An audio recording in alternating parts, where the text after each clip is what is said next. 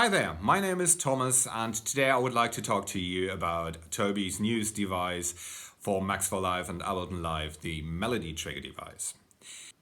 I've been working with alternate mode instruments like the drumKAT, trapKAT, jamKAT, MelodyTrigger and cat whatever for a couple of years now, and what I always loved about these instruments is the ability to link different pads together to create longer sequences.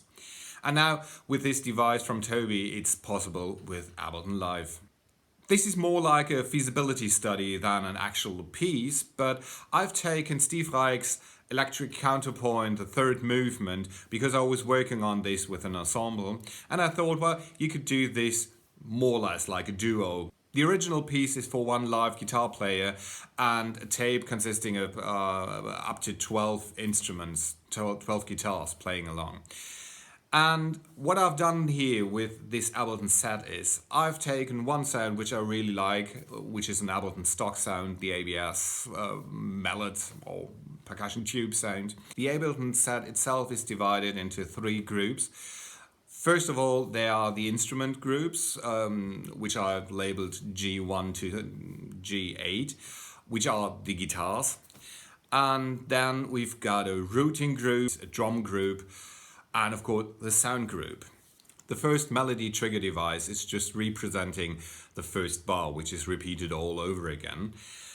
But as soon as I hit another pad, it switches to sequence 2, and then there's where the magic starts. Because as you can see at the end of sequence 2, there's an extra event. This extra event, there are two extra events. The first extra event will activate track number 2, the second guitar, and the extra 2 event will switch to the next sequence of this MelodyTrigger device. And as you can see, this happens with almost every MelodyTrigger device within this set, because the bars are evolving and I want to keep on playing and let the MelodyTrigger device switch from sequence to sequence, so I don't have to count bars, for example, because I'm a lazy person. Another hit on the pad will activate the bass sequence. And another hit again will activate chords 1 to 3. And because those chords will fade out over the next 8 bars, I've decided to keep hitting this pad and programming within the extra events in the MelodyTrigger a little ramp so that the chord device will reduce its volume. Let's talk about the routing group. It takes MIDI from one or the other MelodyTrigger devices and then routing it through the virtual MIDI bus back to the device where it's triggering a CC event. For example, activating tracks, switching sequences, doing a lot of other stuff.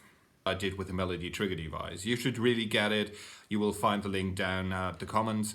And if you have any further questions, comments, just leave them there as well. I will get back to you as soon as possible. So have a nice day then. Bye bye.